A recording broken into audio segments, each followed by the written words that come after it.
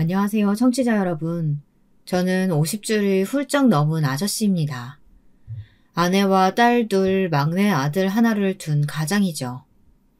저는 제 아내와 함께 시골에서 소를 키우고 사는 것이 꿈입니다.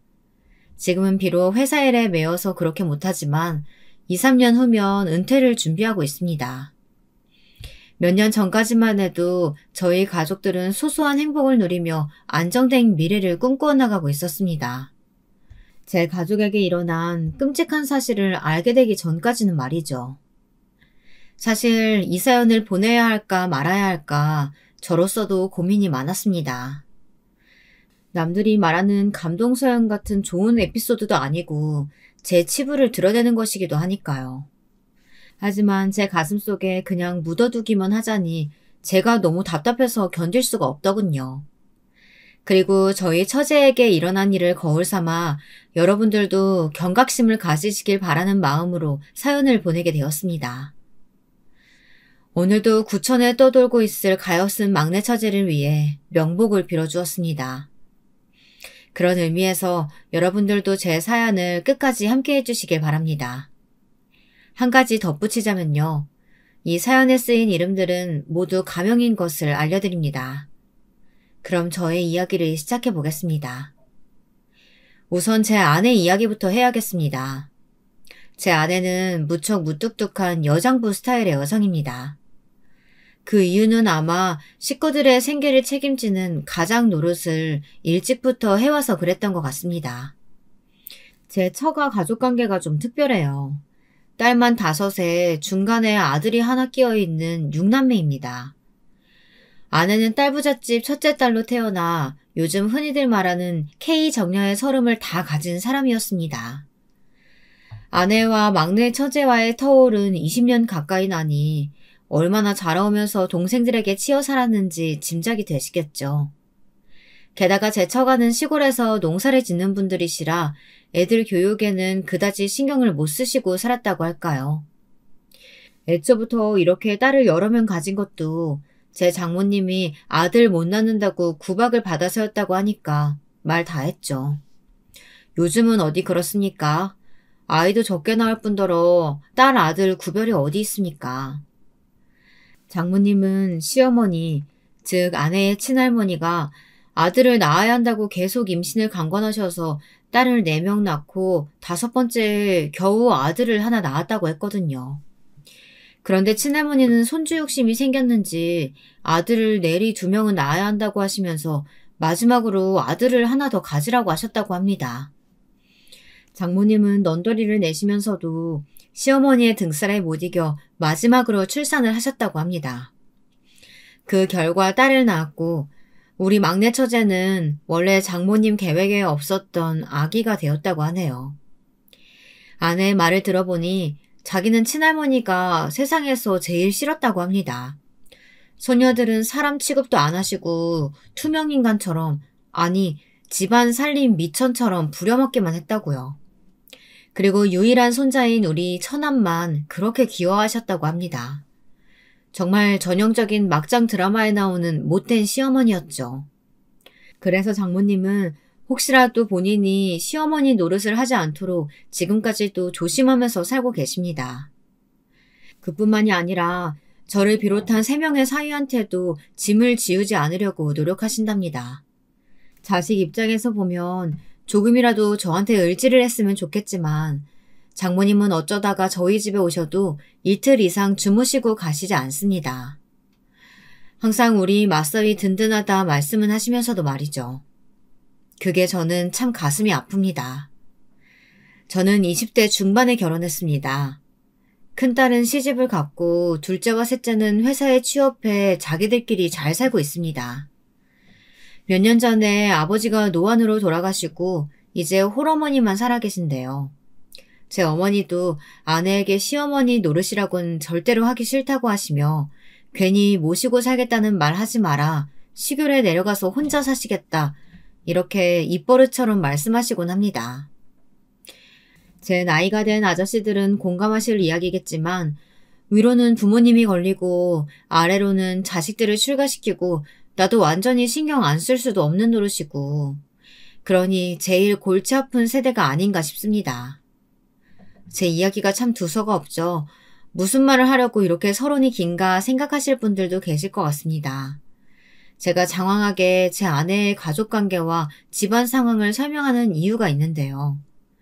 몇 년 전에 제가 겪은 끔찍한 사건에 대해 이야기하려고 합니다. 그 이야기의 주인공은 제 막내 처제입니다. 저는 처제가 4명인데요. 그 처제들이 하나같이 여동생처럼 이쁩니다. 제 본가엔 남동생 하나뿐이라 시커먼 남자들 사이에서 제 어머니는 딸이 있으면 얼마나 좋을까 푸념도 많이 하셨죠. 사실 저도 철없던 나이에는 여동생이 있으면 좋겠다고 어머니께 조르기도 했습니다.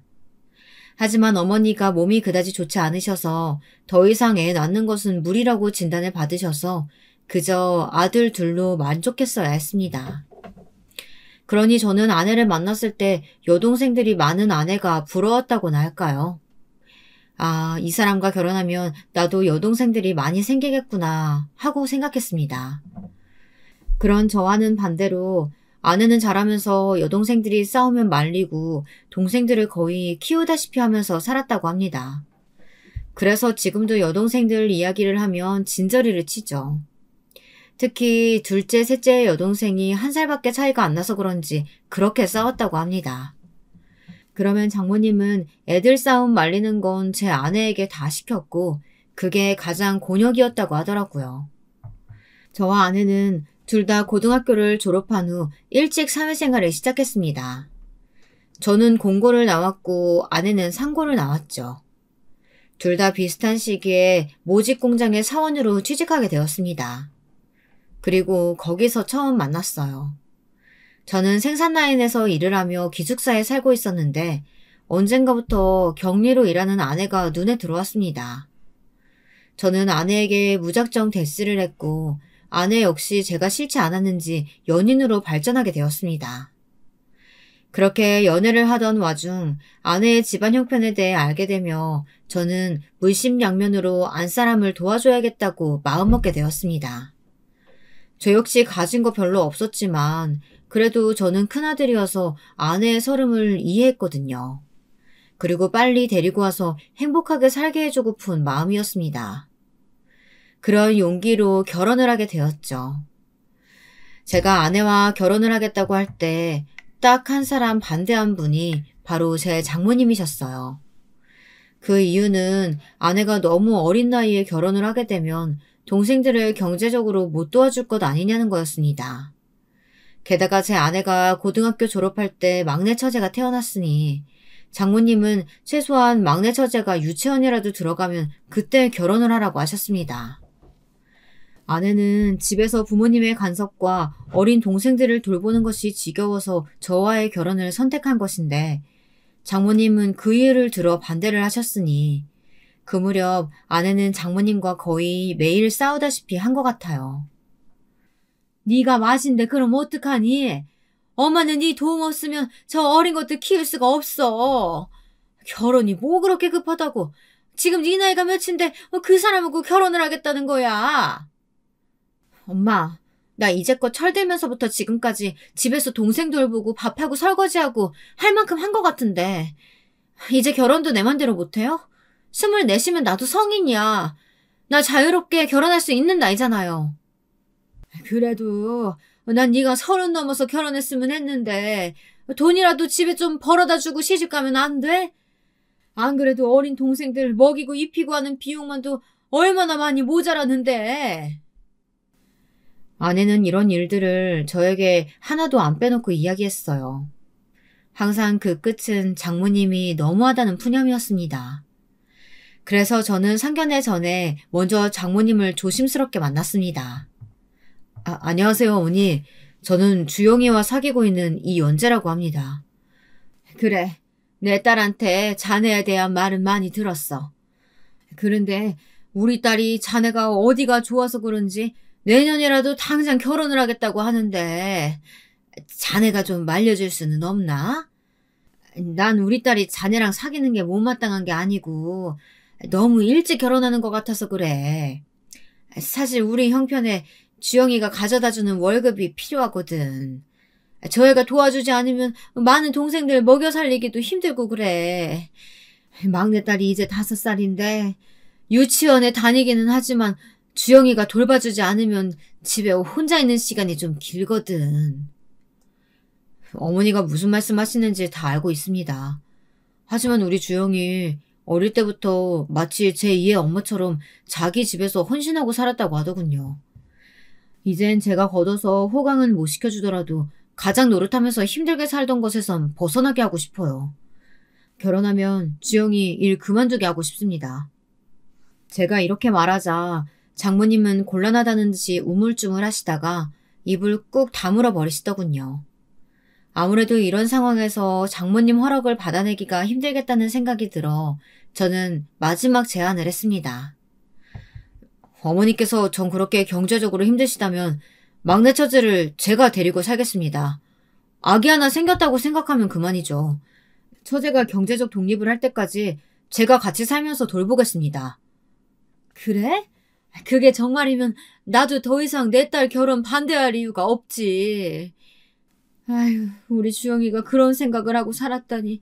난 그 애가 그렇게 힘들어하는 것도 모르고 내가 자네 볼 면목이 없네. 미안하네. 우리 딸 잘 부탁하네. 장모님은 눈물을 흘리시면서도 큰 짐을 덜어낸 것처럼 홀가분해하며 저와 아내의 결혼을 허락해 주셨습니다. 그런 이후로 저는 신혼집을 처가 근처로 얻었고 제 딸을 낳기 전부터 처제를 키우면서 살았죠. 본가의 부모님들은 처가살이하는 것처럼 되어버린 제 처지가 못마땅하셨나 봐요. 결혼 초부터 장남이 처갓집 말뚝을 보면서 절한다고 저를 안 좋게 보시기도 했죠. 하지만 신경 쓰지 않았습니다. 그만큼 저는 아내를 사랑했고 또 처제도 귀여워해 주었으니까요. 장모님 댁은 제 직장에서 차를 타고 30분 내의 거리였고 우리 신혼집은 처갓집에서 차로 5분 거리에 있었습니다. 그래서 장인 장모님이 밭으로 일을 나가시기 전에 막내 처제를 우리 집에 맡겼어요. 막내 처제가 유치원에 다녀오면 제 아내가 거의 키우다시피 했습니다. 그러다 보니 저도 처제를 처제가 아닌 제 딸처럼 생각하게 되었고요. 퇴근하면 처제와 놀아주고 초등학교도 저희 집에서 다녔습니다.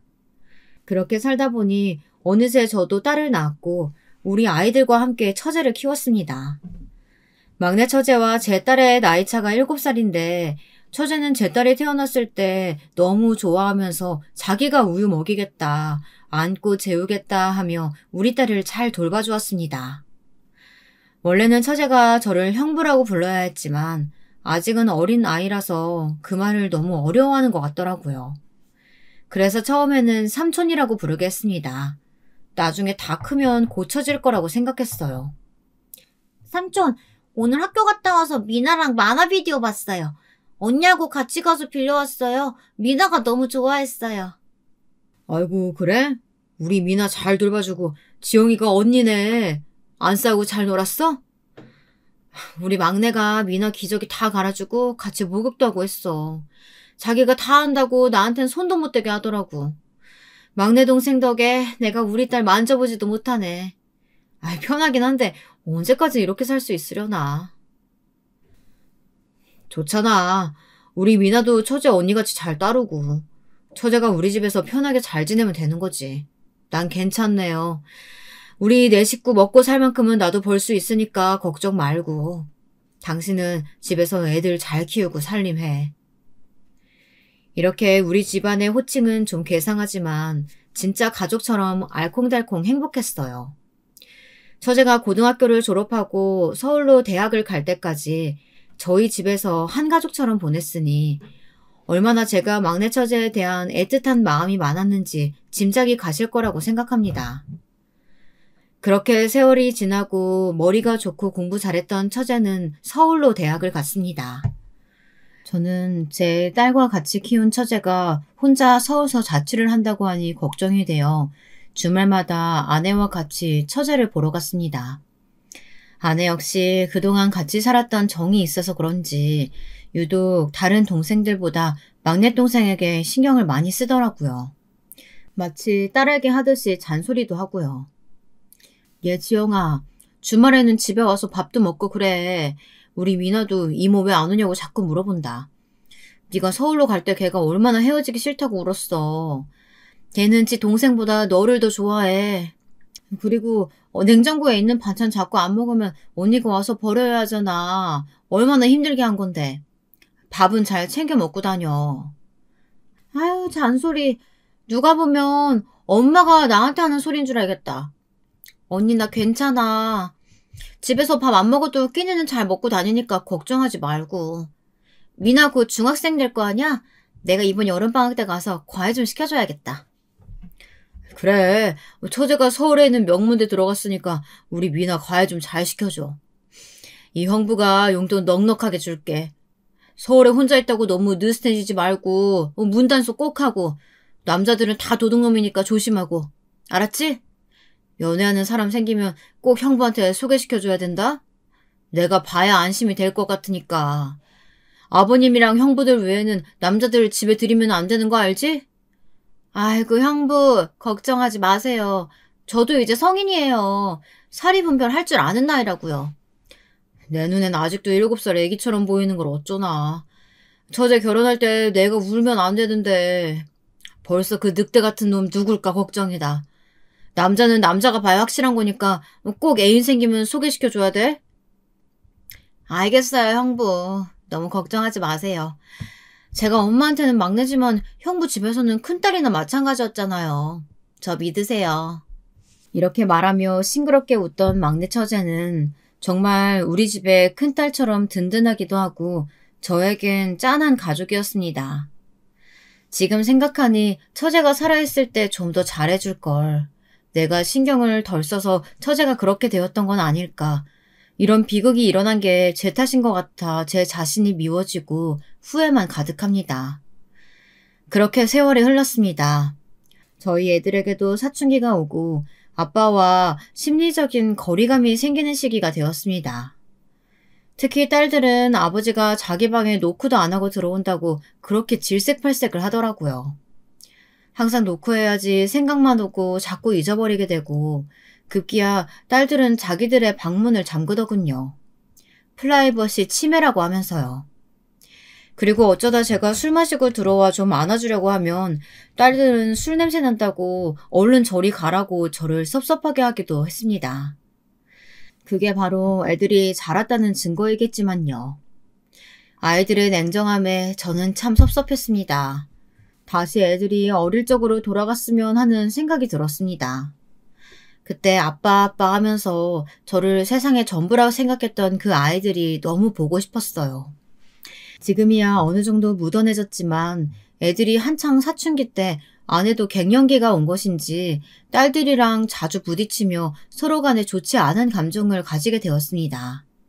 아내는 걱정되어서 잔소리하는 건데 애들은 부모가 간섭한다고 생각해 벗어내라고 하잖아요. 그런 때에 우리 막내 처제가 딸들과 아내의 다리 역할을 해주었습니다. 딸의 입장에서 제 아내와 저에게 애들 본심을 전해주기도 하고 조카들에게는 부모 대신에 다독거리고 충고도 하는 등 많은 도움이 되었어요. 지금 생각해보면 막내 처제는 우리 가족에게 없어서는 안 될 소중한 사람이었습니다. 그런데 어쩌다가 그런 놈한테 엮여서 예쁘고 소중한 막내 처제가 극단적인 선택을 했어야만 했는지 그놈만 생각하면 아직도 온몸에 피가 거꾸로 솟고 제 손으로 그놈을 단죄하지 못한 것이 한이 됩니다. 막내 처지는 대학에 다니면서 두세 번의 연애를 했지만 잘 안 되었습니다. 물론 착한 처제는 저와 아내에게 남자친구를 소개도 시켜주었죠. 하지만 남자총에서 번번이 헤어지자고 했답니다. 남자들은 예쁜 저의 처제에게 시큼한 마음으로 들이대다가 잘 안 되니까 이별을 고했던 거였어요. 그런 몸만 원하는 남자들과는 오히려 헤어지길 잘했다고 저는 처제를 위로해 주었습니다. 그리고는 언젠가 좋은 사람이 나타날 것이라고 했죠. 처제는 대학을 졸업하고 거의 바로 취업이 되었어요. 대기업에 24살의 신입사원으로 들어가 2년이 지나고 나니 어느 정도 적응도 했고 바쁘다고 하면서 점점 처제가 저희 집에 오는 일이 뜸해졌습니다. 저도 애들 건사하고 회사 다니는 게 바빠서 처제와 간간히 카톡으로만 연락하고 별일 없으면 됐다고 애써 좋게 생각하고 있었습니다. 그러던 어느 날 처제가 할 말이 있다면서 저에게 전화를 했더라고요. 형부, 저 지영이에요. 이번 주 토요일에 시간 되세요? 집에 오게? 오랜만에 처제 오니까 우리 삼겹살 구워 먹을까? 내가 언니한테 장 봐놓으라고 할게. 저는 여느 때처럼 일상적으로 전화를 받았고 오랜만에 전화한 처제가 반가워 같이 저녁이나 먹자고 했습니다. 그랬더니 처제가 조금 뜸을 들이다가 조심스럽게 이야기를 꺼내는 것이었어요. 그건 아니고요. 제가 소개시켜줄 남자가 있어서 그래요. 그러니까 밖에서 만나요. 그 사람이 정식으로 상견례를 하자길래 그 전에 잠깐 형부한테 보여드리고 싶어서 그래요. 어? 처제 남자친구 생겼어? 그래. 내가 어떤 놈인지 보고 판단해줘야겠네. 알았어. 그럼 언니랑 같이 밖에서 만나. 내가 레스토랑 예약할게. 형부 감사해요. 그럼 토요일 12시에 뵈어요. 저는 그날 퇴근하고 집에 들어가자마자 아내에게 이 소식을 알렸습니다. 아내는 반색하면서 물었습니다. 뭐가 그렇게 궁금한 게 많았는지 숨도 안 쉬고 연달아 질문을 해대더군요. 그래? 어떤 남자래? 우리 지영이 얼마나 눈이 높은가 내가 이번 주에 한번 봐야겠네. 어디서 어떻게 만났대? 아직 나도 몰라. 당신은 벌써 그런 게 궁금해? 난 아직 우리 막내 처제 결혼시킬 거 생각하면 눈물 날 것 같은데. 26인데 뭘 벌써 시집을 가려고 해. 우리 결혼한 나이는 생각 안 해? 나 24세 당신한테 시집 왔어. 늦기는 뭐가 늦어. 그리고 뭐 모를 때 시집 가야 돼. 나이만 먹고 닳고 다르면 조건만 따지고 결혼 못할 수도 있어. 그리고 지영이가 당장 결혼한다고 하지도 않았잖아. 뭘 혼자 앞서가. 아내는 이런 말을 하며 저에게 별 걱정을 다 한다고 핀잔을 주었습니다. 그런 건가? 내가 정말 쓸데없는 걱정을 하고 있는 건가? 이렇게 생각하니 저 역시 쓴웃음이 났습니다. 이러다가 제 딸이 결혼한다고 할 땐 얼마나 오버를 하려고 하는지, 그런 아버지는 되지 말아야지 하는 그런 다짐을 했던 기억이 납니다. 토요일이 되어 저는 아내와 함께 막내 처제의 그 남자친구라는 사람을 만나러 나갔습니다. 그놈의 첫인상은 아주 멀끔한 훈남이었어요. 게다가 말하는 것도 거칠지 않고 아주 깍듯했습니다.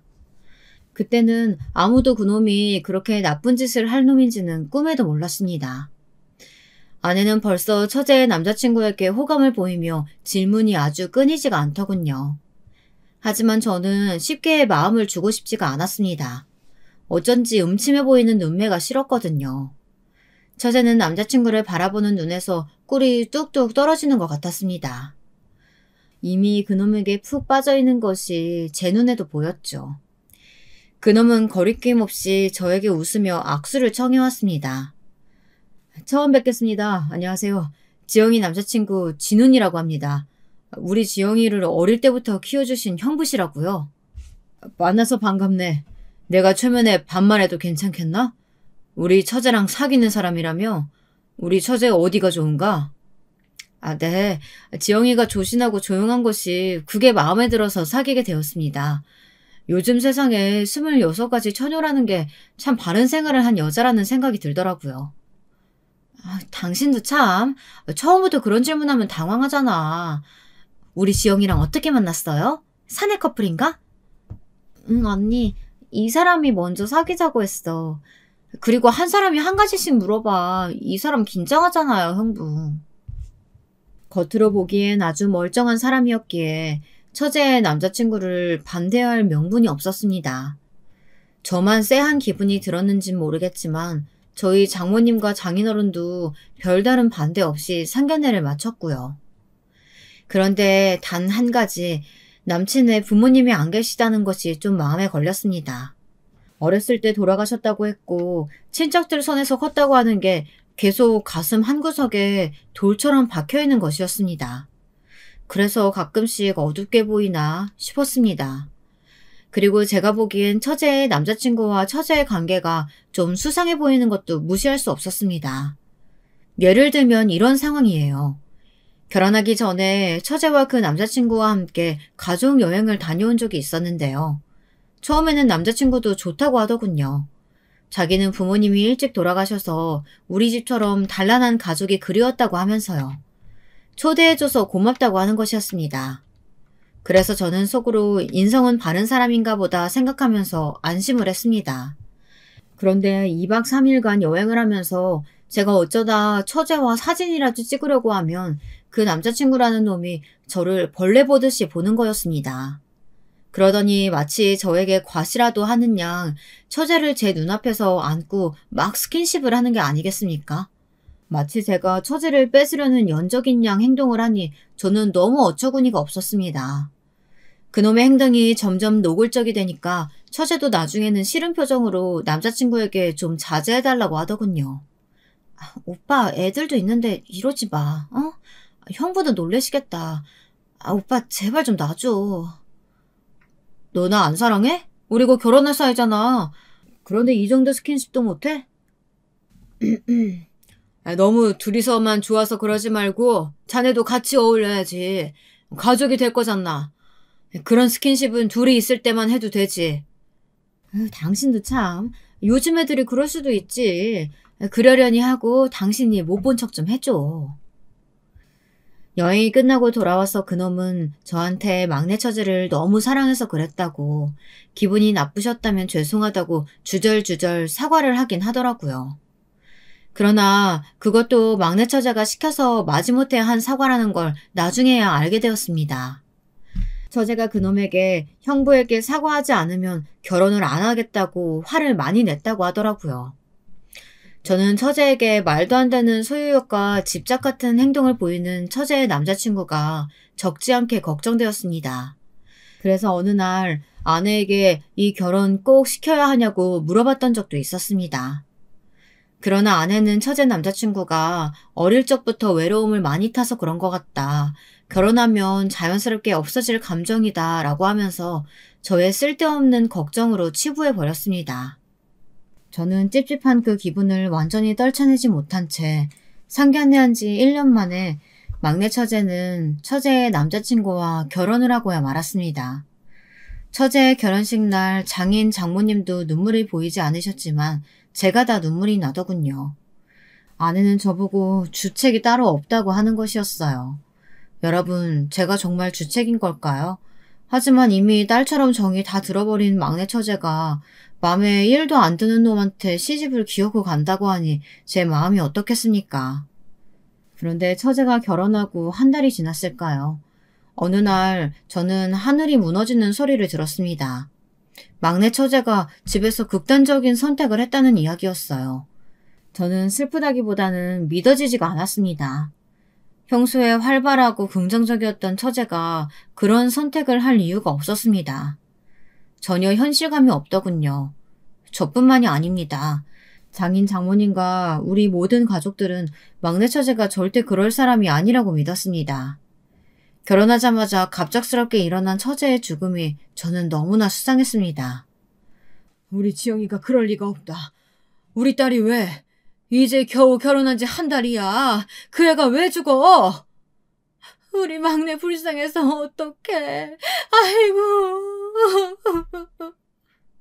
막내 처제의 장례식 날 장인 장모님과 우리 가족들은 전부 슬픔에 잠겨 막내 처제를 애도했습니다. 그러나 막내 처제의 남편이던 그놈만은 눈물을 한 방울도 흘리지 않고 있었습니다. 그런 냉정한 모습을 보고 저는 너무나 이상한 기분이 들었습니다. 제 촉이 그렇게 말하고 있었거든요. 아, 이놈 때문에 우리 처제가 죽었구나 하는 느낌이요. 애초부터 마음에 들지 않았던 놈이었으니까요. 저는 그놈의 멱살을 잡고 소리쳤습니다. 자네는 슬프지도 않아? 어떻게 우리 처제를 데려가 놓고 이런 선택을 하도록 모를 수가 있어? 아니, 난 몰랐다고 생각하지 않아. 네 놈이 어떻게 했길래 우리 처제가 죽어? 이거 놓으시죠. 지영이가 마음이 약했던 것을 어떡합니까? 우울증이었다고요. 저는 아무 잘못 없습니다. 이런 취급 받을 이유도 없어요. 저도 아내를 잃은 피해자란 말입니다. 그놈은 침착한 표정으로 제 손을 뿌리치고 담담하게 말하는 것이었습니다. 그렇게 결혼 전에 저에게 질투를 할 정도로 처제에게 소유욕을 드러내던 모습이 절대 아니었습니다. 저는 곧 때리기라도 할 듯이 그놈의 멱살을 다시 잡으며 소리쳤습니다. 누가 봐도 피해자처럼 보이질 않잖아. 이번 일 나 그대로 넘어갈 수 없어. 너의 그 가증스러운 가면 내가 낱낱이 벗겨줄 테니까. 그놈의 음침한 속내를 아직 알아차리지 못한 다른 가족들은 왜 그러냐 저보고 흥분을 가라앉히고 참으라고 말했습니다. 그러나 저는 알 수 있었습니다. 이놈의 속내엔 분명 다른 의도가 있을 거라고 생각했습니다. 처제의 전 남편은 장례식이 끝나자마자 연락도 끊고 자취를 감춰버리더군요. 가만히 보면 볼수록 처제의 죽음에 전 남편이랑 놈이 가장 큰 원인일 거라고밖에 생각할 수가 없었어요. 생각해보세요. 그렇게 사랑해서 결혼했으면서 아내가 죽었는데 담담한 것 하며 그래도 아직 사망신고도 안 되어 있는데 그렇게 아내의 가족들과 무자르듯이 연이 끊어진다고요? 저는 솔직히 상식적으로 이해를 할 수가 없었습니다. 저의 의심은 점점 확신으로 변해갔습니다. 그날부터 저는 복수를 결심했습니다. 억울하게 죽은 막내 처제를 위해서 제가 할 수 있는 일들은 다 하기로 마음먹었어요. 겉으로는 일상에 돌아간 척하고 아내와 다른 가족들에게도 제가 그놈을 의심하는 것을 말하지 않았습니다. 산 사람은 살아야지 하며 슬프지만 가장으로서 위로를 할 수밖에 없었습니다. 그러나 저는 속으로 피눈물을 흘리고 있었어요. 그러던 와중 아내가 장례식이 끝나고 처제가 살던 집에 유품을 정리하러 가야겠다고 하더군요. 처제가 살던 아파트는 제가 얻어준 곳이었고 계약 기간은 2년이나 남아있었기 때문에 그놈은 그 집을 아직 떠나지 않고 있었나 봅니다. 저는 황급히 아내를 말렸습니다.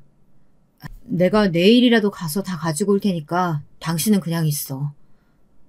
왜? 그 집에 가면 안 되는 이유라도 있는 거야? 당신 뭐 숨기는 거 있지? 아니야. 당신이 처제 유품 보고 슬퍼서 청승맞게 또 울까봐 그래. 내가 가서 알아볼 것도 있으니까 당신은 애들하고 집에 있어. 저는 아침 일찍 처제의 집 앞에 잠복해 있다 그놈이 집을 나서는 것을 확인하고 몰래 그 집으로 들어갔습니다. 처제가 예전에 가르쳐준 비밀번호가 다행히도 그대로였어요. 그놈은 제가 집으로 들어올 곳이라고는 생각도 안 했던 모양이었습니다. 저는 집 안에 들어서자마자 뭔가 수상한 것이 없는지 살펴보기 시작했어요. 그런데 저의 눈에 띄인 것은 방마다 한 개씩 달려있는 CCTV였습니다. 안방에도 거실에도 집안 곳곳에 마치 관찰 카메라처럼 달려있는 CCTV는 저를 경악하게 만들었습니다. 이게 도대체 어떻게 된 일이야? 아니, 누가 가정집에 그렇게 CCTV를 많이 달고 삽니까? 수상한 기운에 저는 눈이 확 돌아서 집안 곳곳을 뒤지기 시작했습니다. 얼마 되지 않아 책상 서랍 한 구석에서 USB를 하나 발견했습니다. 그 안에는 경악할 만한 내용이 담겨 있었어요. 그건 바로 수갑에 채워진 채 놈에게 괴롭힘을 당하고 있는 막내 처제의 모습이 담긴 동영상들이었습니다. 그 동영상을 보는 순간 저는 이성을 잃었습니다. 계속해서 넘겨보니 그 악마 같은 놈은 출근할 때는 처제를 수갑을 채워 묶어놓고 퇴근한 이후에 풀어주고 일거수일투족 감시를 하며 집안일을 하게 했습니다. 장을 보거나 필요한 물품들도 그놈이 사왔고 처제는 덜덜 떨면서 그놈이 시키는 대로 해왔던 거였습니다. 저는 분노에 차서 당장 그놈을 잡으러 쫓아갈까 하다가 마음을 고쳐먹고 이 집안에서 끝장을 보기로 했습니다. 그놈이 돌아오면 제 손으로 잡아 경찰에 넘겨버리겠다고 결심을 했어요. 그동안 집안을 샅샅이 더 뒤져보니 안방 침대 밑에서 꾸깃꾸깃 뭉쳐진 종이 하나가 나오더군요. 저는 두근거리는 심장을 꾹 누르고 진정하려고 애쓰며 그 종이를 펼쳤습니다. 그것은 놀랍게도 처제가 남긴 유서였어요. 그 내용은 더욱 경악할 만한 것이더군요. 사랑하는 가족들, 이 글을 본다면 제 남편을 신고해주세요. 저는 감금당하고 있어요. 남편은 남편이 아니었습니다. 지옥의 악마입니다. 꼭 제 대신 복수를 해주세요. 부탁합니다. 그 글씨들은 급하게 휘갈겨 쓴 티가 났습니다. 평소에 단정했던 처제의 글씨체가 아니었어요. 그 미친 남편놈에게 들키지 않기 위해 조마조마해가면서 그 글을 썼을 처제를 생각하니 속에서부터 분노가 차올라 눈에는 눈물이 줄줄 흘렀습니다. 조금 더 빨리 알았다면, 얼른 그놈과 우리 막내 처제를 분리했더라면 그랬으면 처제가 극단적인 선택까지 가진 않았을 텐데 말입니다. 그러다가 차라리 다행이라고 생각이 들었습니다.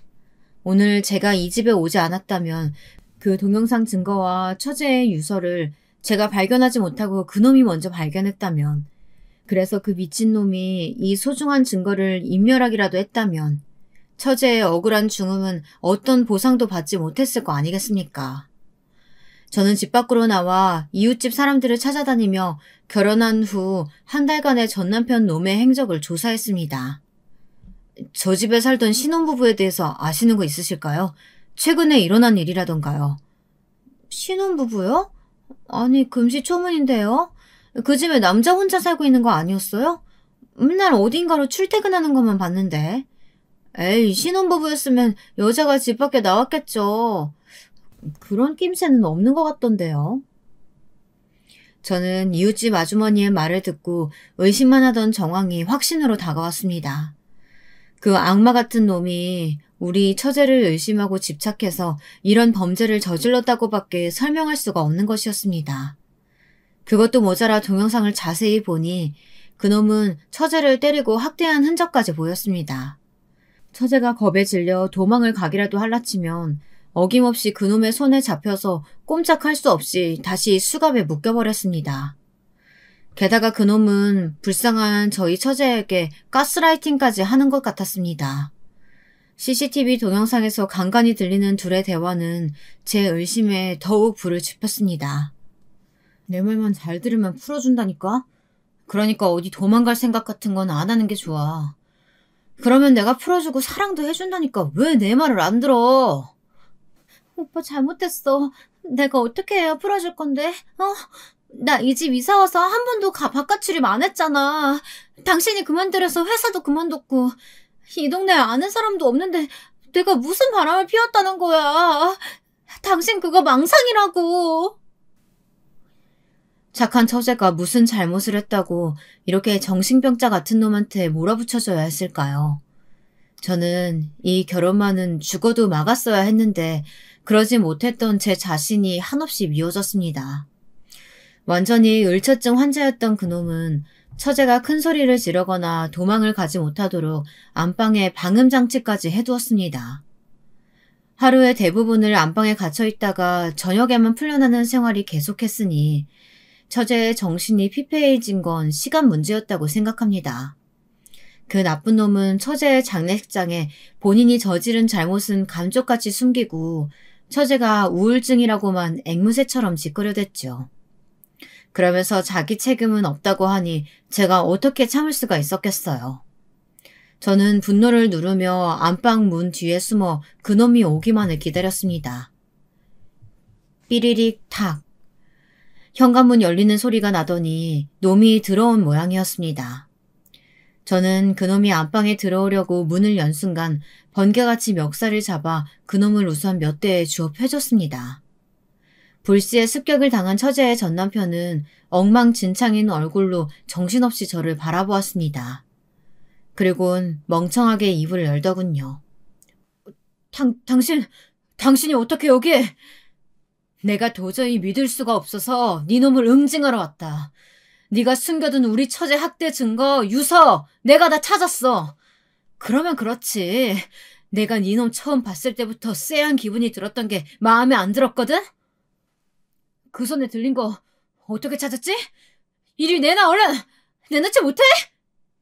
그 못된 악마놈은 제가 가지고 있는 USB를 보더니 미친 듯이 그걸 뺏으려고 소리를 지르며 달려들었습니다.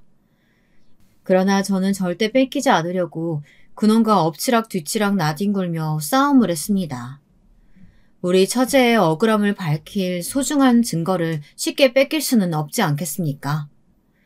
마침내 처제의 전남편을 제압한 저는 안방 바닥에 그놈을 깔고 앉아 정신을 잃을 때까지 패주었습니다. 그리고 그놈이 우리 처제를 묶을 때 썼던 수갑도 가져다가 침대 기둥에 똑같이 수갑을 채운 채로 그 집을 나왔습니다. 눈에는 눈, 이에는 이라는 말처럼 처제의 복수를 똑같은 방법으로 돌려주니 조금 속이 시원해지더군요. 거기 경찰서죠? 제 처제를 학대해서 죽음으로 몰고 간 천하의 몹쓸 놈을 고발합니다. 지금 상황이 어떻게 되시나요? 신고자분 전화 끊지 마시고 알려주세요. 저는 처제의 집 주소를 알려주었고 경찰들은 처제의 집에 출동해서 기절한 채 침대 기둥에 묶여있던 그 몹쓸 전 남편을 잡아 끌고 갔습니다. 저는 경찰서에 직접 찾아가 전 남편 놈이 처제를 어떻게 학대해서 죽게 했는지 자세하게 진술했습니다. 제가 가지고 있던 증거들도 다 내놓았어요. 제 진술을 듣던 경찰관은 제가 치근해 보였는지 조심스럽게 이렇게 말했습니다. 저 선생님, 점잖은 분이 왜 그러셨어요? 처제의 복수를 하고 싶은 마음은 이해합니다.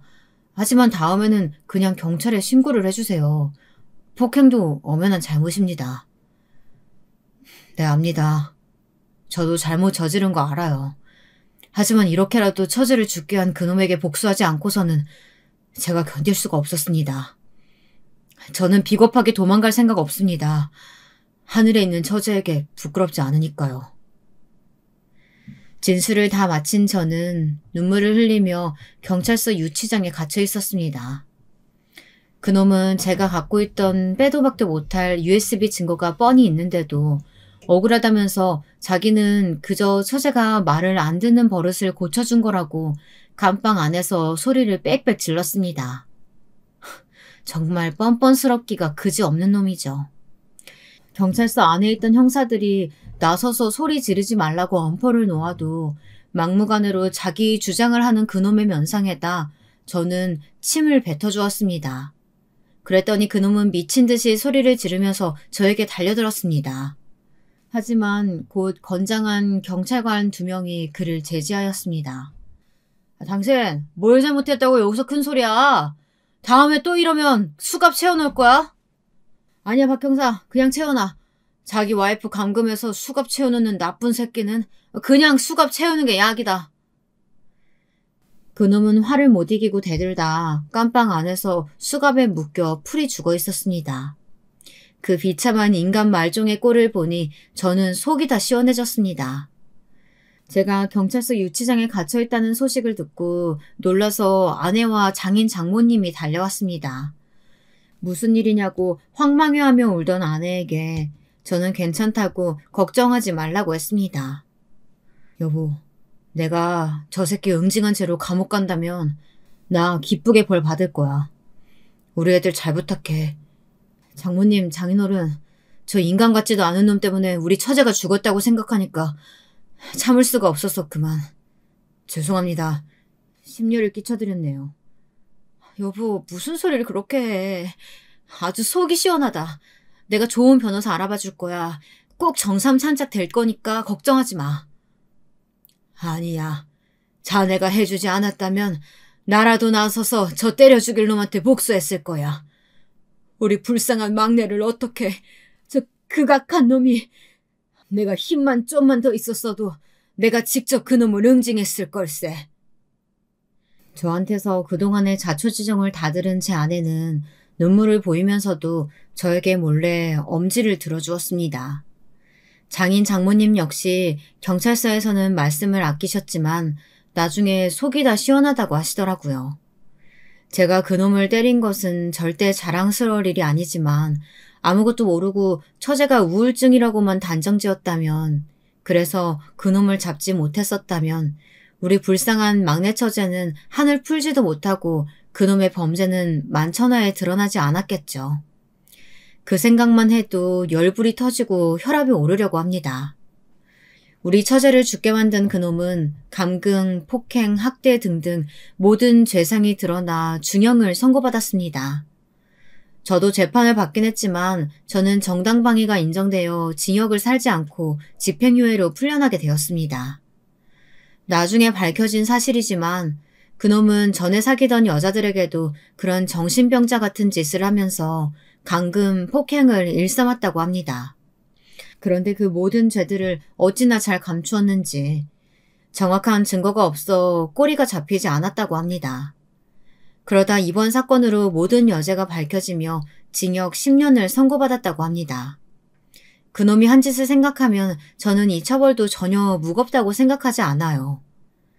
아마 이번에도 그 미친 남편놈은 이렇게 생각했겠죠. 자기는 절대 잡히지 않을 거라고. 그리고 또 다른 피해자들에게 같은 짓을 일삼았을 거라고 생각만 하면 소름이 오싹 끼치고 밤에 잠이 오지도 않습니다. 게다가 그놈이 처음에 저에게 인사 와서 했던 말들도 다 새빨간 거짓말이었습니다. 부모가 다 돌아가셨다고 하는 것도 거짓말이고 당연히 친척들 손에서 큰 것도 아니었고요. 전 남편의 부모님은 어디에나 있는 평범한 사람들이었습니다. 그러나 고등학교 때까지 비행 청소년처럼 크고 작은 사고를 치며 지냈던 그놈의 꼴을 보다 못해 한 번 크게 싸웠다고 하더군요. 그 후로 그놈은 집을 나가 일방적으로 연락을 끊었다고 하더라고요. 그런 놈은 내 자식 아닙니다. 라고 말하며 다시는 연락하지 말라고 그놈의 부모는 오히려 저한테 큰 소리를 쳤습니다. 재판 결과가 나오던 날 저는 꿈을 꾸었습니다. 꿈속에서 처제가 안개 속에서 희미하게 웃으며 저를 바라보더군요. 저는 처제에게 손을 흔들며 그쪽으로 달려가려고 했습니다.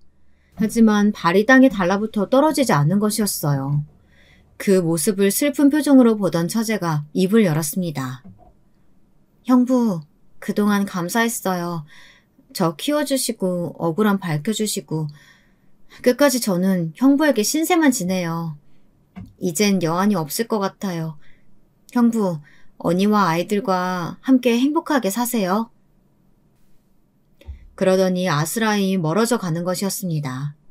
저는 정신없이 처제의 이름을 불렀지만 처제는 듣지 못하는 것 같더군요. 그 순간 저도 눈물을 흘리면서 꿈에서 깨어났습니다. 생전 들었던 처제의 목소리, 말투 그대로였어요. 꿈에서 잠깐 보인 처제의 그 모습을 저는 사는 동안 영원히 잊지 못할 것 같아요. 저는 종교가 없지만 만약에 신이 있다면 착한 우리 처제는 하늘에서 편히 쉬고 있으리라고 생각합니다. 나중에 제가 죽어 처제를 만나면 고생했다고 이렇게 웃으면서 등을 토닥토닥 두드려주고 싶은 마음뿐입니다. 여러분, 제 이야기는 여기까지입니다. 제게 일어난 이 황망한 일들이 믿어지지 않으실 분도 계시겠죠. 하지만 세상에 좋은 사람만 있는 건 아닙니다. 항상 정신 바짝 차리고 처제의 전남편처럼 겉으로는 가면을 쓴 채 착한 행세를 하는 악한 인간들을 꼭 가려내야 한다고 생각합니다. 젊은 나이에 허망하게 세상을 떠난 제 처제를 생각하면 그 망할 전남편을 찢어 죽인다고 해도 시원치 않겠지만 제가 한 사적 복수 역시 잘못된 행동임을 뼈저리게 뉘우치고 인정합니다. 여러분들에겐 꿈에라도 그런 일이 없으시길 바랍니다. 오늘 밖에 나와 하늘을 보니 맑고 파란 것이 처제를 더 생각나게 하네요. 슬픔은 남은 자들의 몫이라고 하나요? 저는 처제의 밝게 웃는 모습을 떠올리며 남은 인생을 그것만 기억하고 살아가기로 했습니다. 저의 슬픈 사연을 들어주신 청취자분들에게 감사드립니다. 이만 저의 사연을 마치도록 하겠습니다.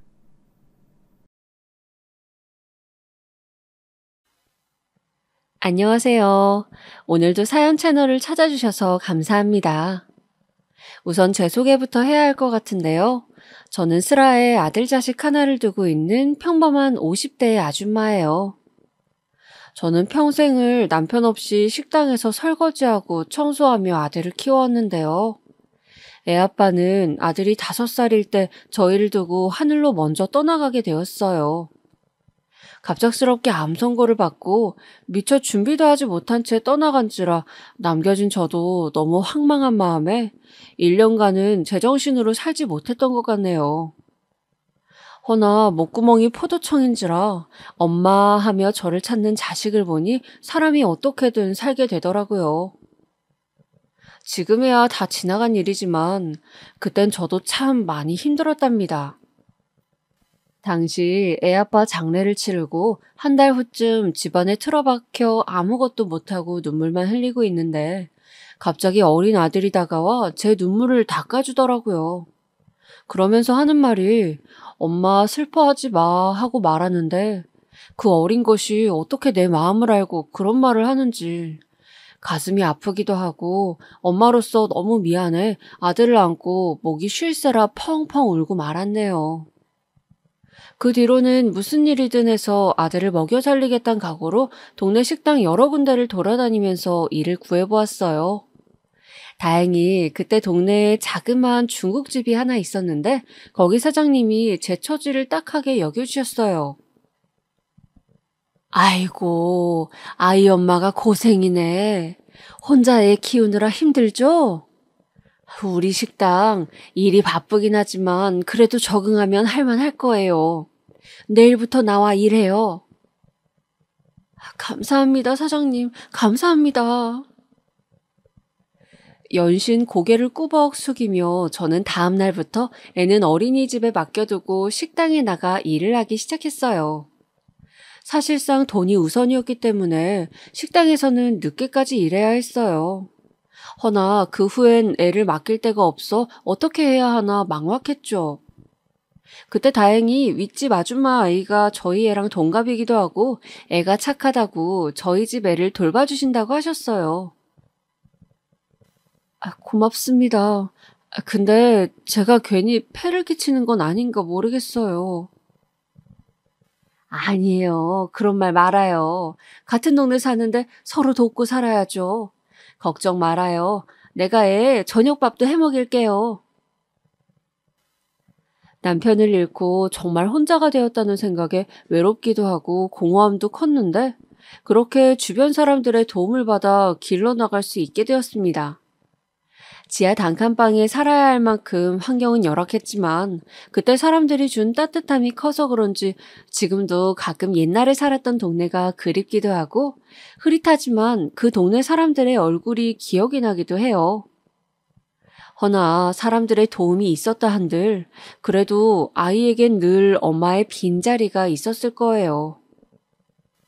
엄마 언제 와? 엄마 보고 싶은데. 엄마 10시에 끝나는데 금방 갈게. 아줌마랑 조금만 놀고 있어. 아이의 풀죽은 목소리는 늘 목구멍에 가시처럼 걸리곤 했어요. 저라고 왜 아이 옆에 없고 싶겠어요. 허나 살아야 하니, 애 학교도 보내야 하니, 교육도 시켜야 하니, 어미로선 어쩔 수 없이 해야 하는 선택이었죠. 다행이었던 건 우리 애가 이해해 주었다는 거예요. 아들은 나이가 좀 들자 제가 늦게 들어오는 날엔 미리 설거지도 해놓고 자기가 알아서 밥도 차려 먹고 청소도 해놓는 둥 제 몸을 편하게 해주려 하더군요. 사춘기라 반항이라도 할까 걱정했는데 오히려 너무도 잘 자라주었어요. 제가 학원 하나 제대로 보내주지 못했는데도 성적은 늘 잘 받아와서 가끔 학부모 상담에 가면 우리 지훈이는 나무랄 데가 없는 아이예요. 선생님들에게 인사도 잘하고 공부도 정말 열심히 해요. 라는 말들을 듣곤 했답니다. 정말이었어요. 저는 우리 아들에게 공부하란 말을 한 적도 없었고 형편상 학원도 제대로 보내줄 수 없었어요.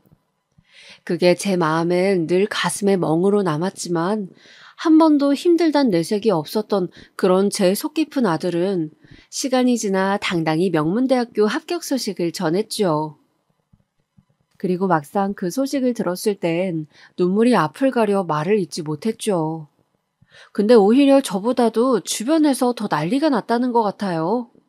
어떻게 그 좋은 대학교를 한 번에 턱 붙었냐, 어디 학원을 다녔냐, 과외해줄 수 있냐 하는 말들을 들으면선 어깨가 잠시 으쓱해졌지만 그것도 잠시 제가 아들에게 해준 게 별로 없다는 걸 스스로도 알았기에 이 애가 얼마나 혼자 아등바등 고생을 했을까 싶어 미안한 마음이 더 크게 자리했답니다.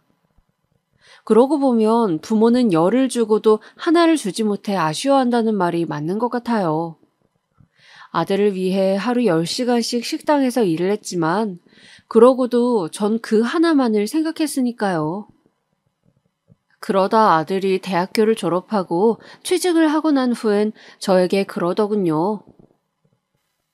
엄마, 이제 일 그만하세요. 넉넉지 못하지만 제가 용돈도 드릴게요. 그간 저 때문에 고생 많으셨잖아요. 아니야. 엄마는 일하는 게 편해. 아직 일할 수 있는 나이인데 왜 그만둬? 여기 사람들이랑도 오래됐고 갑자기 이 나이에 일 그만두면 우울증 온대잖아. 엄마는 괜찮으니 걱정 말고 너 회사 다녀. 솔직히 아들이 명문대도 갔고 좋은 기업도 취직했지만 요즘 젊은 사람들 사실상 돈 모으기가 여간 어려운 게 아니잖아요. 서울 집값도 만만치 않고. 제가 마지막으로 아들을 위해 해줄 수 있는 게 있다면 바로 아들이 결혼할 때를 대비해 자금을 모아둔 통장을 건네주는 거였어요. 그 통장만 건네주고 나면 그걸로 제가 할 수 있는 일은 끝나는 것 같았어요. 그래서 저는 더더욱 일을 그만두면 안 된다고 생각했고, 당시 허리 수술을 한지라 거동이 불편하긴 했지만 계속해서 식당 일을 하게 됐어요. 그러던 중 별다를 거 없을 거라 생각했던 제 인생에도 하나의 굴곡이 생기고 말았는데요. 바로 제가 오래 일했던 식당 사장님께서 이제 그만 여기를 접고 고향으로 가신다는 거였어요. 가게가 잘 안 되기도 했고 적자만 계속 보니 그런 결정을 내리신 듯 했죠. 결국 어쩔 수 없이 저도 오랫동안 정든 식당을 떠나 다른 일자리를 알아보게 됐어요. 그러다 알아보게 된 것이 바로 고속도로 휴게소 청소였어요. 저희 집에서 버스를 한 번 타고 가면 있는 곳이라 위치도 좋았고 일하는 언니 말을 들어보니 딱히 어려울 게 없어 보이더군요. 이미 산전수전 고생을 다 한지라 손에 굳은 살이 더 배긴다 한들 화장실 청소라 해도 이제는 망설일 것도 없었죠. 다만 아들에게는 비밀로 했어요. 괜히 엄마가 청소 일을 한다고 하면 걱정할 것 같았거든요. 자랑스러운 엄마는 아닐지언정 짐덩어리 엄마가 되고 싶진 않아 그렇게 말없이 일을 시작했는데 일은 생각보다 고됐어요. 특히 같이 일하는 사람들이 좀 못된 사람들이 많았어요. 처음 온 사람들에게 일을 떠넘기려 하거나 변기 닦고 뚫는 청소 같은 걸 일부러 떠넘기는 경우도 있었어요. 텃세를 부리는 것 같아 기분이 나빴지만 저도 할 말을 못하고 사는 성격인지라 조용히 넘어갈 수밖에 없었어요. 그렇게 힘들게 일을 하던 어느 날 힘없이 허리를 쥐어잡으며 집에 돌아가는데 아들에게서 연락이 왔어요. 엄마, 나 엄마에게 보여주고 싶은 사람이 있는데 이번 주말에 시간 돼요? 보여주고 싶은 사람? 네, 사실 결혼하고 싶은 사람이에요. 결혼하고 싶은 사람이라고? 세상에, 그래 잘됐다. 알겠다. 엄마가 시간 낼게. 데리고 와. 아들이 차분한 목소리로 저에게 결혼하고 싶다는 사람이 있다고 말하는데 그만 심장이 덜컹했어요. 언제고 닥칠 일이라 생각하긴 했지만 막상 듣게 되니 가슴이 뛰더라고요. 저는 집에 들어가서 서둘러 장롱 속에 챙겨두었던 통장 잔액부터 확인했어요. 다행히 목표한 금액은 아니었지만 어느 정도 아들에게 줄 수 있는 정도는 되었어요. 새삼 다행스러운 마음이 들어 저는 그날 통장을 가슴에 꼭 쥐고 아들이 데려올 며느리는 어떨까, 어떤 사람일까 하는 생각을 하다가 기대에 부푼 마음으로 잠이 들었어요. 그리고 드디어 예비 며느리를 처음 보는 날, 저는 아침부터 안 바르던 로션도 바르고 며느리에게 대접할 과일상도 차려놓고 두 사람을 기다렸습니다. 초인종 소리가 들리면서 문이 열렸죠. 그런데 저는 며느리의 얼굴을 본 순간 그만 표정을 굳히고 말았어요. 바로 그 며느리는 저와 5년 전 인연이 있었던 사람이었기 때문입니다. 도저히 잊을래야 잊을 수 없는 여자였으니까요. 제가 그 아이를 만난 건 바로 일하던 식당에서였어요. 그날도 정신없이 일을 하고 있었는데 갑자기 어떤 젊은 여자가 앙칼진 목소리로 저를 부르더라고요. 아줌마, 여기 머리카락 빠졌는데요. 아이씨, 진짜 밥맛 떨어져. 아니, 식당에서 위생관리를 어떻게 했길래 머리카락이 나오는 거예요. 죄송합니다. 일단 음식 바꿔드릴게요. 당시 제가 일하던 식당에선 머리카락이 나오는 일이 거의 없었어요. 근데 머리카락을 보니 일단 바꿔드리고 사과부터 드려야겠다 싶어 몇 번이고 고개를 숙였지만 젊은 여자는 계속 소리를 질러대더라고요. 정신적 피해 보상을 입었으니 그것까지 보상하라느니 하면서 식당 사장님까지 불러 고개 숙이게 만들었어요. 결국 그날 그 여자는 먹은 음식값의 10배를 받고 나서야 흐뭇한 얼굴로 돌아갔어요. 사장님도 분해하시는 게 느껴졌지만 이 일은 그럭저럭 어찌저찌 넘어가졌어요. 허나 한 달 후 다시 그 여자 손님을 보게 되었어요. 향수 냄새를 잔뜩 풍기며 자기 친구들과 함께 자리에 앉더니 여지없이 음식을 주문했어요. 곧바로 얼굴을 알아본 저와 사장님은 이번엔 특히 더 조심하며 음식을 갖다 주었죠. 그런데 여자가 또 저희를 부르는 겁니다. 저기요, 아줌마. 일로 좀 와보세요. 무슨 일이세요? 국물이 너무 짜지 않아요? 한번 드셔보세요. 아니, 무슨 국물이 이래? 소금을 들이부었어요? 죄송하지만 맛은 똑같은데요, 손님. 이번엔 웬걸 국물이 짜다는 이야기였어요. 저번엔 잘도 먹던 국물이 뭐가 잘못됐단 건지 국물 맛은 똑같았어요. 하지만 사장님이 그렇게 말하자 그 여잔 기다렸다는 듯 길길이 날뛰기 시작했어요. 아니, 그럼 제 말이 틀렸다는 거예요? 지금 여기 있는 제 친구들 5명이나 되는 사람들이 국물이 소금탕 같다고 하잖아요. 저희 이런 저질스러운 음식 못 먹어요. 당장 환불해주세요. 그 여잔 오늘이 자기 친구 생일인데 이런 곳에서 입맛 버렸다며 느닷없이 환불을 요구했고 이번엔 사장님도 단단히 화가 나셨는지 그러지 못하겠다고 못을 박아두었어요. 그러자 젊은 여자는 갑자기 국물이 담긴 그릇을 바닥에 엎더니 깽판을 치기 시작하더라고요. 보다 못한 옆에 있는 손님들이 그만하라며 말려 사태가 중단되긴 했지만 그 손님 때문에 저나 사장님이나 하루 종일 기분이 엉망이었어요. 아무리 사람 장사라고 한다 한들 이런 일을 당하고 나면 기운이 빠지는 건 당연했죠.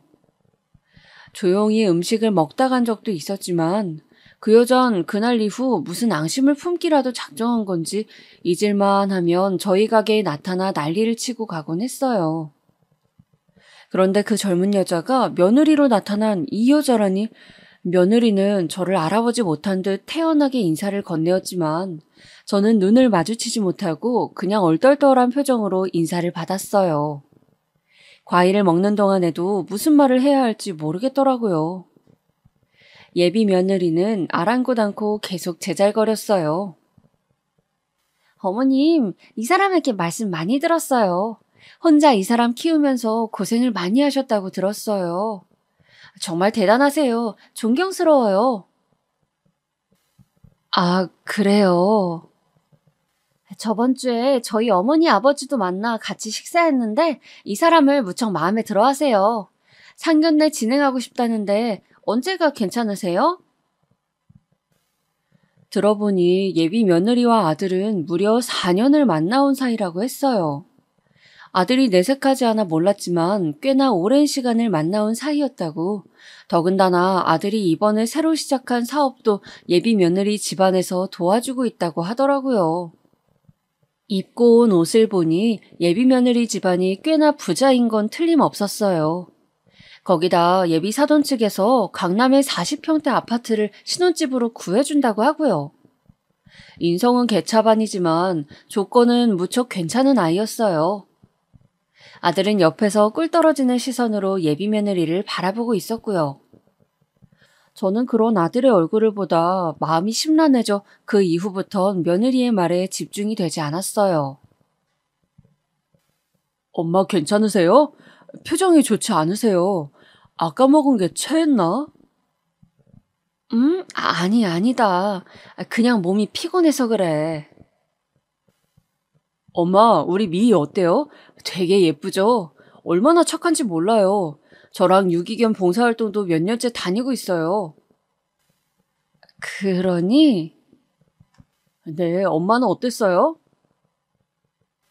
나중에 며느리가 가고 난 후 아들이 잠깐 집에 들려 제게 며느리의 인상이 어땠냐며 묻는데 저는 솔직하게 말하지 못하고 그저 괜찮다는 말로 얼버무리고 말았어요. 지금 생각해보면 그때 다 말했어야 하는데 제 어리석음이 이를 더 키우는 꼴이 되고 말았죠. 그렇게 상견례가 진행되는 날까지 저는 말을 하지 못하다가 두 사람이 결혼식장에 들어가게 된 날 행복하게 웃고 있는 아들의 얼굴을 멀거니 바라보았네요. 그리고 며느리의 횡포는 결혼 후 시작되었네요. 신혼여행 갔다 와서 저에게 식사도 대접할 겸 아들네를 다시 한번 만났는데요. 며느리가 레스토랑에서 음식을 먹다 대뜸 코를 쥐었다며 이러는 겁니다. 어디서 똥 냄새 나지 않아? 이게 대체 무슨 냄새야? 아휴, 냄새. 냄새? 나는 안 나는데. 어머니는 안 나세요? 그때 며느리가 코를 쥐어잡으며 저를 보는데 순간 제 얼굴이 화끈 달아올랐어요. 저도 모르게 제 옷에서 냄새가 나나 해서 옷 쪽으로 코를 가까이 하게 되더군요. 그러더니 아들이 잠깐 계산을 하러 갔을 때 한숨을 푹 쉬더니 어머니, 이런 곳 오실 거면 적어도 씻고 오셨어야죠. 그냥 오시면 어떡해요? 하고 눈치를 주더군요. 들었어요. 청소 일하신다고요. 여기 제 단골 식당이란 말이에요. 사장님이 저를 뭐라고 생각하시겠어요? 아휴, 앞으로 저희 만나러 나올 땐 다른 건 몰라도 꼭 씻고 나오세요. 그러면서 아들이 없는 동안 며느리는 제 옷을 위아래로 훑으며 사사건건 시비를 걸기 시작했어요. 저에게 처음 인사를 하러 왔을 때와 다르게 180도로 변한 며느리의 모습에 저는 5년 전 그 모습이 겹치기 시작하면서 식탁 아래에 쥐고 있던 주먹이 절로 떨렸어요. 제가 도대체 뭘 잘못한 건지.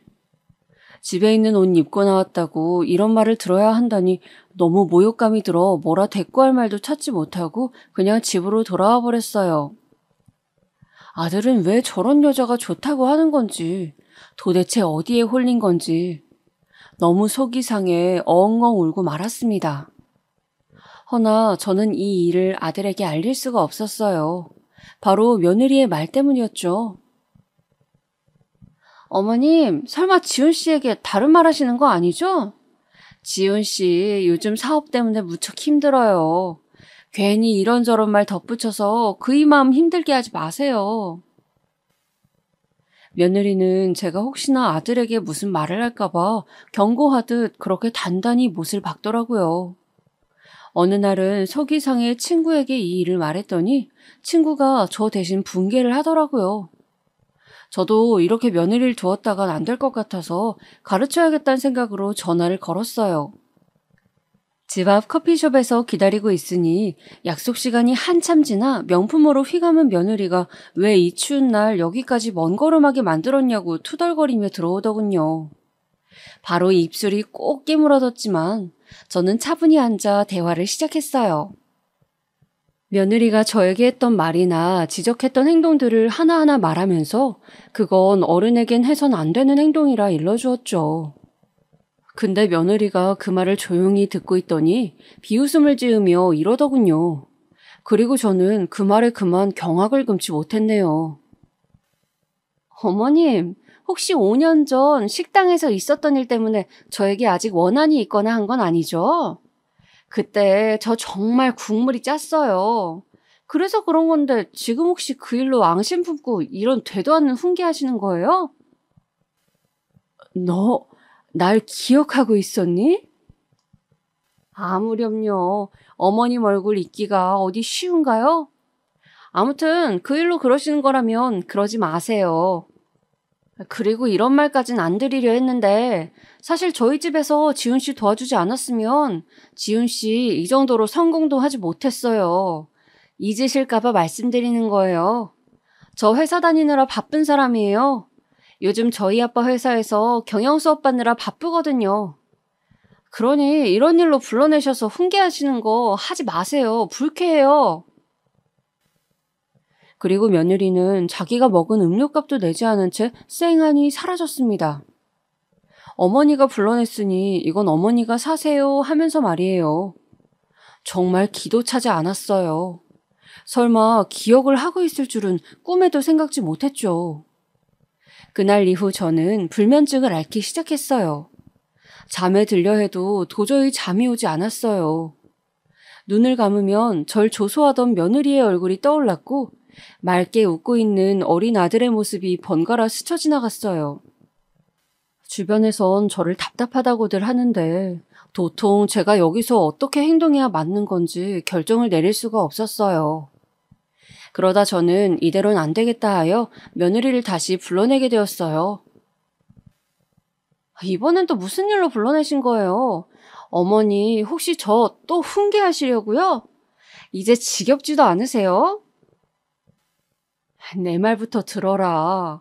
아무리 세상이 바뀌었다 한들 어른한텐 지켜야 할 예의라는 게 있어.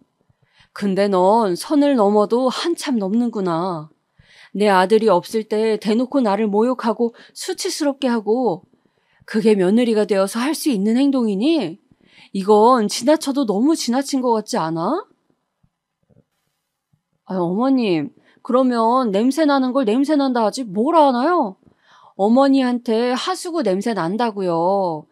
이런 말씀 안 드리려 했는데 저 그날 역해서 토 나올 뻔했어요.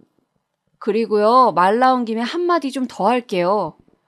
어머님, 그 옷 좀 어디 버리시면 안 되나요? 혹시 어디 의류수거함 같은 데서 주워오신 건가요? 뭐?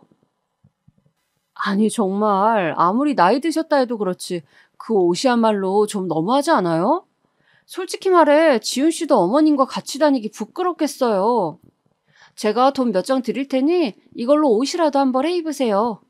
여기 보니 가까운 백화점 있더라고요. 거기서 한 벌 사 입으세요. 너 정말 보자보자하니 안 되겠구나.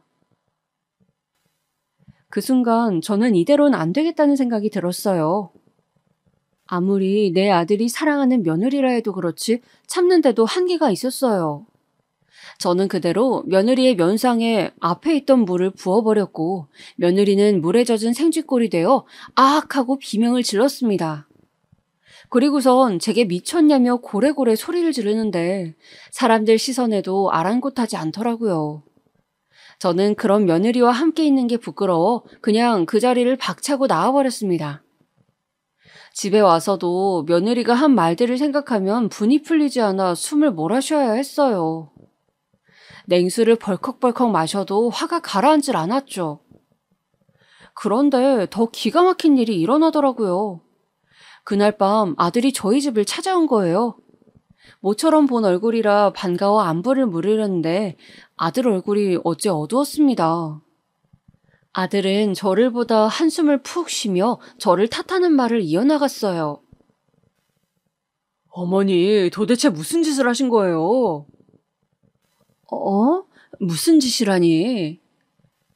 아니, 왜 제 와이프에게 물을 뿌리셨냐고요? 그게 말이다. 다 사정이 있었다. 걔가 글쎄. 어머니, 이유가 뭐가 됐든 듣고 싶지 않네요. 솔직히 저도 엄마한테 이번 일로 너무 큰 실망을 해서요. 미희가 그러는데 엄마가 심지어 욕하고 막말까지 했다면서요? 얼굴만 곱상하면 뭐하냐고 내 아들 이용해 먹지 말라고요.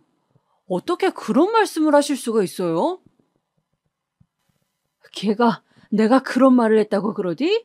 말도 안 된다. 오히려 나한테 막말하고 욕한 건 걔야. 나한테 하수구 냄새 난다고 씻고 나오라고 했다니까?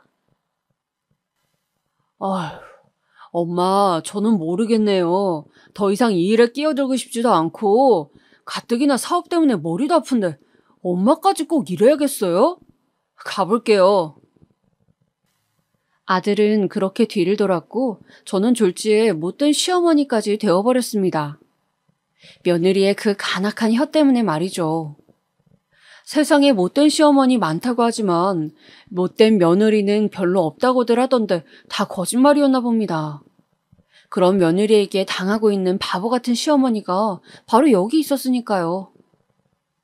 저는 그 이후 아들과 연락도 단절되고 말았습니다. 아들에게 아무리 문자를 보내고 전화를 해봐도 받질 않더라고요. 어쩌다 받으면 바쁘다는 핑계 같은 말만 들려오고요. 솔직히 그런 아들에게도 너무 섭섭했어요. 오해를 어디서부터 어떻게 풀어야 할지, 차라리 며느리가 하는 말들을 녹음이라도 해놓을 걸 하는 후회가 이제서야 들었어요. 그러다 답답한 마음에 아들의 직장을 찾아간 적도 있었어요. 근데 아들은 절 보더니 피곤한 얼굴로 왜 오셨어요, 엄마? 여긴 직장이에요. 나중에 얘기해요. 라고 하며 대화를 끊었고 저는 제대로 말도 못하고 그렇게 내쳐줄 수밖에 없었습니다. 집으로 오는 길 내내 얼마나 눈물이 나던지 모든 게 다 서럽고 그랬습니다. 왜 착하게 살아온 내게 이런 일이 일어난 건지, 일을 하면서도 하루에도 몇 번씩 가슴속에서 열불이나 일에 집중도 할 수가 없었네요. 근데 여기서 더 얄미운 건 며느리였습니다. 어느 날 아들에게 전화를 했더니 며느리가 받더군요. 지훈이니? 어머니 안녕하세요. 오랜만이네요. 너 지훈이 바꿔라. 너랑은 말하고 싶지 않으니? 어머니 그게 무슨 말씀이세요? 어머니 아직도 제가 밉거나 싫으신 건 아니시죠? 뭐? 저 어머님한테 이쁨 받으려고 얼마나 노력하는데요. 요번 달 어머님 생신이시잖아요. 저랑 지훈 씨랑 어머님 찾아뵈러 갈게요. 어머님께 드릴 선물도 있고요. 됐다. 찾아오지 말아라. 네 얼굴은 보고 싶지 않아. 보고 싶지 않다뇨. 꼭 갈게요, 어머님. 그날 뵈어요. 며느리는 무섭게도 그날 구태여 오겠다고 저에게 날짜까지 못을 박았고 저는 오지 않아도 된다 재차 말했지만 그런 요구마저 묵살당했어요. 그리고 저는 제 생일날 다시금 치욕스러운 일을 겪게 되는데요. 처음엔 그래도 생일날이랍시고 아들이 찾아온다 하니 얼굴을 보고 얘기할 수 있겠다 싶어 이번 기회에 며느리의 진짜 얼굴을 알려주려고 단단히 벼르고 있었어요. 그런데 아들은 얼굴도 어두웠고 며느리에게 끌려온 건지 말도 제대로 하지 않았습니다. 그러니 저만 괜히 아들의 눈치를 보게 되었죠. 며느리는 이런 분위기를 모른 척하며 방긋방긋 웃었고 오자마자 제게 팔짱을 끼며 외식하러 가자고 졸라댔어요. 난 집에서 먹는 게 편하다. 그냥 외식은 다음에 하자꾸나. 너희들 피곤할 테니 가라. 얼굴 봤으니 됐다. 에이 어머님 그래도 이대로 가는 법이 어디 있어요. 저희가 여기까지 왔는데 이러실 거예요? 요 앞에 맛있는 갈비집 있대요. 저희가 대접할게요. 며느리는 콧소리까지 내며 저를 바짝 끌어당겼고 그쯤 되자 저는 며느리가 좀 무서워지기까지 했습니다. 허나 이런 며느리의 말을 거절하기도 애매해 결국 갈비집까지 가게 되었어요. 며느리는 가는 내내 궁금하지도 않은 자기 사는 얘기를 주절주절 늘어놓았고 저는 아들 얼굴만 초조하게 살피고 있었어요. 뭐 때문인진 모르겠지만 아들의 얼굴은 피곤함으로 잔뜩 젖어 있었어요. 외식을 하고 집으로 돌아오는 길에도 분위기는 마찬가지였어요. 열심히 입을 놀리는 사람은 며느리뿐이었고 저와 아들은 조용히 길만 걸었죠. 그런데 며느리가 저희 집으로 들어가기 전 자기는 전화할 게 있다며 저와 아들 둘이서 먼저 집에 들어가 있으라고 하더라고요. 아들과 함께 집안에 단둘이 앉아 있는데 아들 녀석은 저를 쳐다도 보지 않고 저도 이 분위기가 견디기 힘들어 며느리를 찾으러 간다는 핑계를 대어 밖에 잠시 나갔어요. 그리고 그때 제 눈을 믿지 못할 의심의 싹을 틔울 광경 하나를 발견하고 말았죠. 며느리가 어떤 남자와 함께 이야기를 나누고 있는 거였어요. 무슨 얘기를 나누는지까지는 들리지 않았지만 남자와 며느리는 두 손을 꼭 붙잡고 있었어요. 저는 저도 모르게 새어나온 신음소리를 겨우 틀어막곤 집으로 향했고, 그날 내내 며느리가 집으로 돌아와 하하호호 아무렇지 않게 웃으며 얘기를 할 동안 그 남자와 함께 있던 장면이 머릿속에서 떠나질 않았어요. 몇 날 며칠 도무지 잠이 오지 않더라고요. 그러다 한 가지 결심을 했어요. 이런 건 TV에서나 나올 법한 일이라 생각했지만 상황이 이렇게까지 되니 제가 행동으로 옮겨야겠다고 생각이 들더군요. 바로 며느리를 미행하기로 한 거예요. 저는 며느리 직장 앞에서 대기를 하고 있다가 택시를 타고 며느리 차가 떠나는 곳 그대로 따라갔어요. 처음에 며느리는 일이 끝나고 난 후 또래 친구 몇 명과 함께 술집으로 들어가더라고요. 듣기에 예사롭지 않은 대화들을 나누면서 말이죠. 얘 미희야, 오늘도 그 사람 만날 거지? 당연하지. 어머, 너는 좋겠다. 나는 세상에서 네가 제일 부러워. 하루만이라도 너처럼 살아봤으면 좋겠어.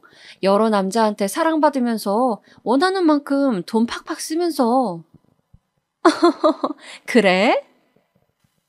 저는 며느리와 친구들이 나누는 대화에 좀 더 귀 기울이기 위해 근처에 자리를 잡고 메뉴판으로 얼굴을 가린 채 그 아이들이 하는 말들을 조용히 들었습니다. 허나 며느리와 친구들 사이의 대화는 점점 막장으로 흘러가기 시작하더라고요.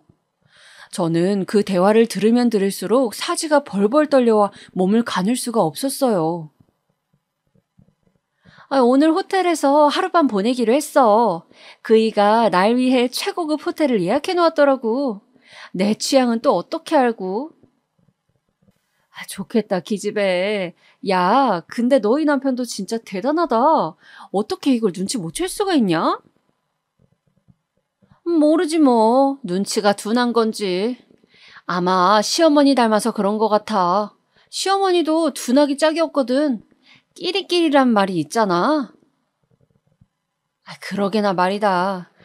맞다. 니네 시어머니 완전 시장 아줌마처럼 하고 다닌다며? 냄새도 나고. 너 창피하겠다, 얘. 냄새가 얼마나 지독한지 몰라. 가까이 가기 싫어서 저번 생일날엔 일부러 떨어져 앉았다니까?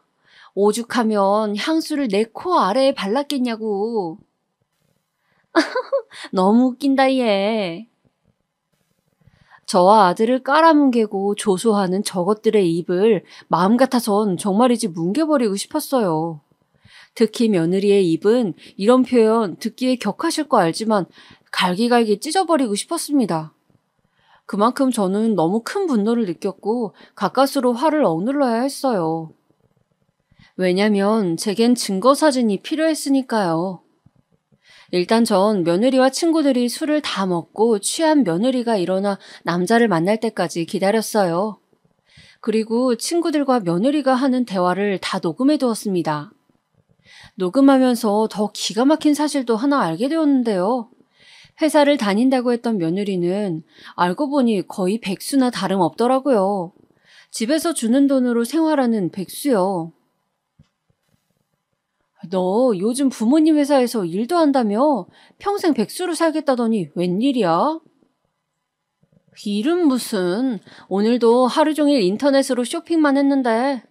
그냥 아빠 재산 받으려고 회사 가서 일하는 척 좀 하다 오는 거야. 안 그럼 또 뭐라 할 테니까. 난 지금처럼 그냥 쇼핑하는 삶이 편하고 적성에 딱 맞아. 돈을 뭐하러 버니? 남편이 버는데. 네, 며느리가 저에게 했던 말은 모두 거짓말이었어요.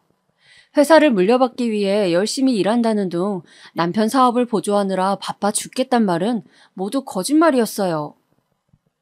그냥 며느리는 일하는 척 좀 하고 오다 매일 쇼핑하고 술이나 마시는 그런 일상을 보내고 있다 하더라고요. 이것만으로도 충격이었지만 취한 며느리가 술집을 나가 한 행동은 더 충격이었어요. 며느리는 자기 차로 가지 않고 누군가를 부르더니 다가가 누군가에게 폭 안기더라고요. 아들의 풍채와 비슷한 그 남자는 자연스레 며느리를 껴안았고요. 자기야, 조금 있다 우리 예약해둔 호텔 레스토랑에서 식사하고 커피 사 먹을까? 그래, 그러자 미희야. 며느리의 이름을 다정스레 부르며 머리를 쓰다듬는 건 며느리의 상간남이었어요. 저는 곧바로 부들부들 떨리는 손으로 핸드폰을 들어 두 사람의 모습을 찍어두었어요. 다음 날도 며느리를 미행했는데 며느리는 이번에도 남자의 팔짱을 끼고 호텔로 들어갔어요. 근데 이상한 건 전날 만났던 남자와 얼굴이 다르더라고요. 그 다음 날도 그랬고요. 날마다 남자 얼굴이 다 다른 게 이상했죠.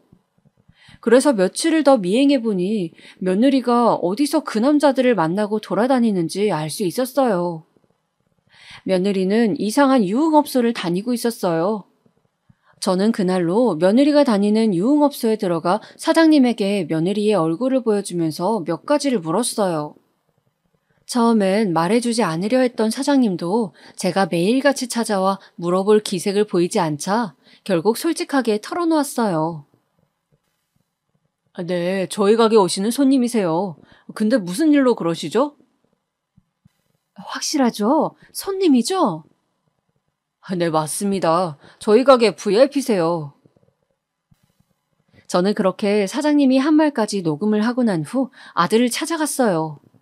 며느리에게 이 일을 알리기 전 아들에게 먼저 알려야겠다는 생각이 들었어요. 우리 아들이 설사 충격을 받을지라도 어쨌든 결국은 들키게 될 일 제 입에서 먼저 듣는 게 나을 거라고 생각하고 굳은 결심을 했어요.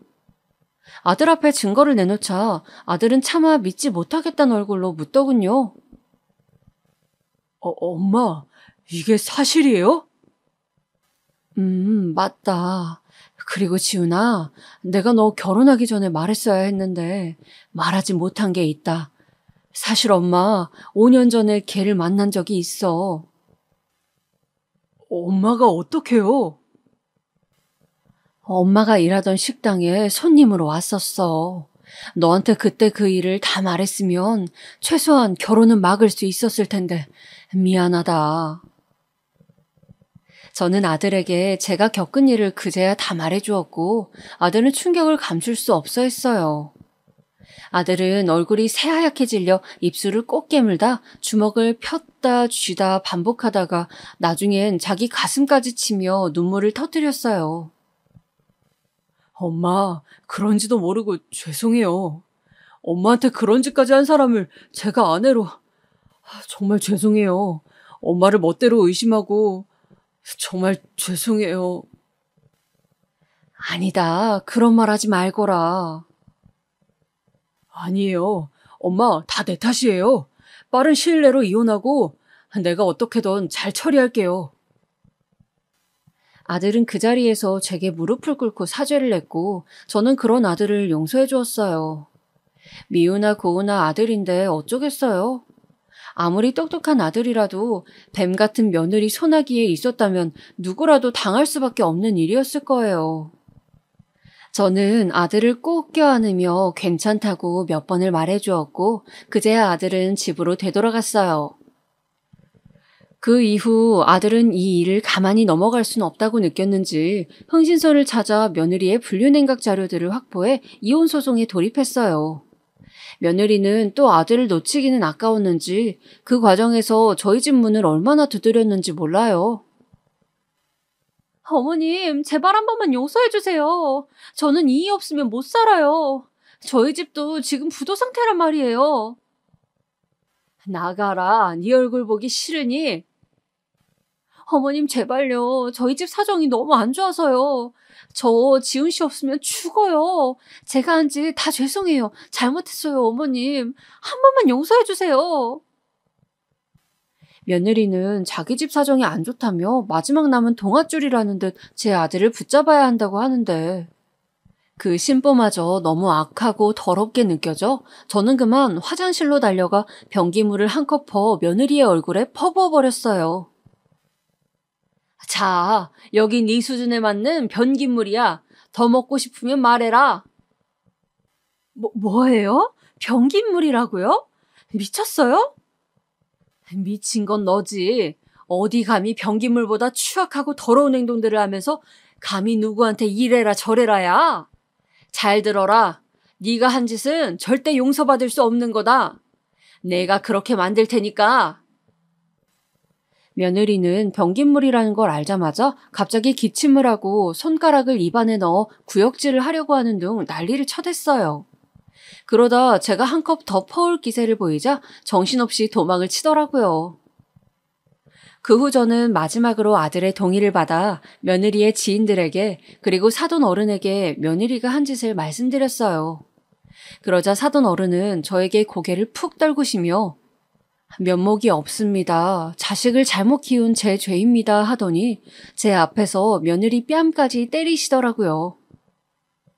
아들은 이혼 소송을 잘 처리하고 지금은 혼자 지내고 있어요.